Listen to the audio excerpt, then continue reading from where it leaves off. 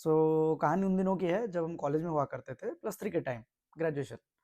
तो हम पढ़ रहे थे भुवनेश्वर के कॉलेज में और रह रहे थे जयदेव विहार में। तो हमारे कॉलेज से जयदेव विहार चौक तक का रास्ता कुछ तकरीबन 10 किलोमीटर था। हम डेली टाउन बस से अपने चौक से कॉलेज को जाया करते थे। 10 बजे एक टाउन बस थी, हम पहुंचते थे 10:30 तक और कॉलेज था अपना 11 से लेके 2 बजे तक।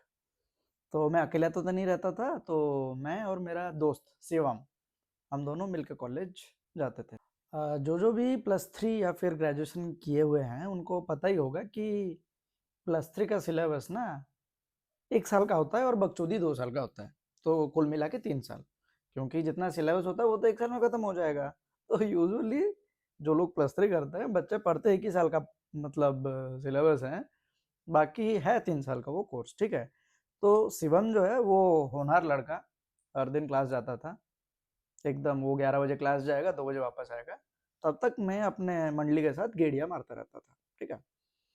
तो आज पर्टिकुलरली हम एक दिन का बात करेंगे। ठीक है। इस दिन हमारा इंटरनल एग्जाम था।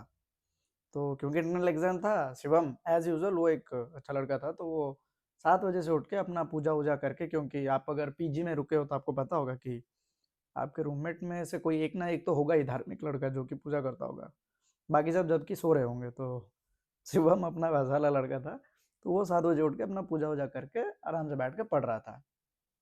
तो मैं एज यूजल उठा 9 बजे, क्योंकि 10 बजे वाली बस पकड़नी होती थी। मैं यूजुअली क्या करता था कि 9:45 को उठता था और वही 9:50 तक हम लोग रेडी होकर निकल लेते थे, क्योंकि ग्रेजुएशन के टाइम में आप कहीं नहाते हो, आप मुश्किल से नहाते हो, तो हो जाता था टाइम। ठीक है। तो क्योंकि एग्जाम था तो शिवम ने मेरे को पहले से ही बोल रखा था कि भाई कल थोड़ा जल्दी उठना। पहले दिन ही बोल दिया था कि कल थोड़ा जल्दी उठना, कल थोड़ा जल्दी जाना है। ठीक है। तो मैंने वही सोचा 10 बजे वाला बस पकड़ना है। 9:45 को उठने के बजाय मैं 9:30 को उठ लूंगा। ठीक है।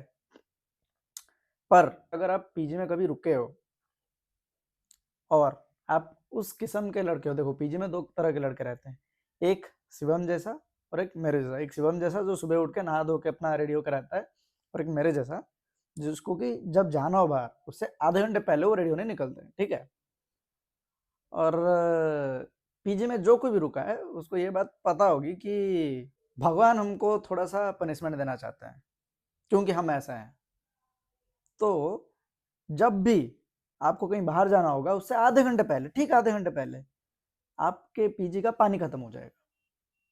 तो बस एग्जाम के वक्त नहीं, हमेशा जब भी आपको बाहर जाना होगा उससे आधे घंटे पहले, पता नहीं कैसे पर आपके पीजी का पानी खत्म हो जाएगा और आप नहीं नहा सकते, नहीं कुछ कर सकते। ठीक है। नहाना तो फिर भी सेकेंडरी, आपको वॉशरूम एटलीस्ट जाना होगा। तो उस दिन मैं 9:30 में उठा तो पानी एज यूजल खत्म हो गया था। भगवान ने चाहा कि इसको थोड़ा सा मिले पनिशमेंट। ठीक है। तो निकलते निकलते लेट हो गया। तो हम भागते भागते जा रहे हैं कि कहीं बस मिस ना हो जाए, और एग्जैक्ट 10 बजे हम बस स्टॉप से 10 फीट की दूरी पे ही हैं, मतलब बस स्टॉप उधर हम इधर। हमने देखा कि बस निकल ही रही है, बस निकली नहीं है, निकल ही रही है। उतने में ड्राइवर का मेरे साथ आंखें चार हुआ।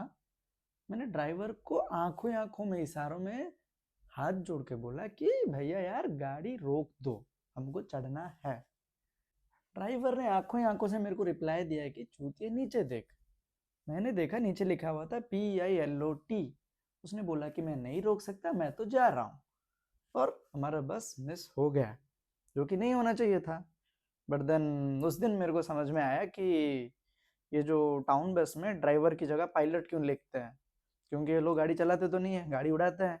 अगर आपने टाउन बस में कभी बैठा होगा तो आपने तो देखा ही होगा कि ये लोग कैसे कट मार के जाते हैं। अगर साइड में बाइक वाला हो तो बाइक वाले की फट के चार हो जाए। कार वाले तक ऐसे साइड दे देते हैं अगर बीच में टाउन बस जा रहा हो। मतलब मेरे को कभी कभी तो ऐसा लगता है कि ये जो टाउन बस है ना, ये इंडियन रोड के बिग बुलीज हैं। जैसे स्कॉर्पियो नहीं है बिग डैडी, वैसे ये है big bullies of Indian road, town बस। ठीक है। तो क्या कर सकता है, बस मिस हो गया। तो हर एक टाउन बस का ना अपना ऐप होता है खुद का। तो जैसे हमारा तब था मोबस, तो मोबस का ऐप था, तो हमने ऐप में देखा कि नेक्स्ट जो डायरेक्ट बस था वो आधे घंटे बाद था। पर और एक 5 मिनट में एक बस था, एसी बस था ये वाला, क्योंकि जो हम जिसमें हम जाते थे डेली वो नॉन एसी बस था, ये एसी वाला बस था।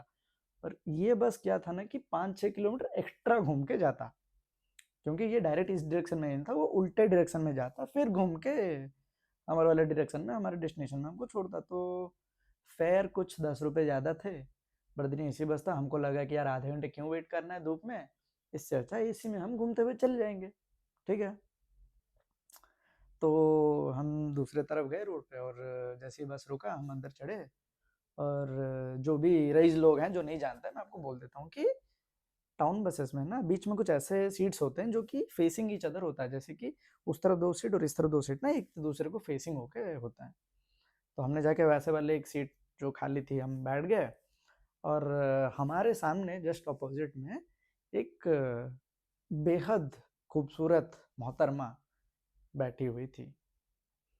तो यहाँ मैं आपको कुछ तो मोरल देना चाहता हूँ कि हमेशा लाइफ में अगर कुछ छूट जाए ना तो उसको लेके रोना नहीं चाहिए, क्योंकि क्या पता आगे कुछ हसीन आपका इंतज़ार कर रहा हो।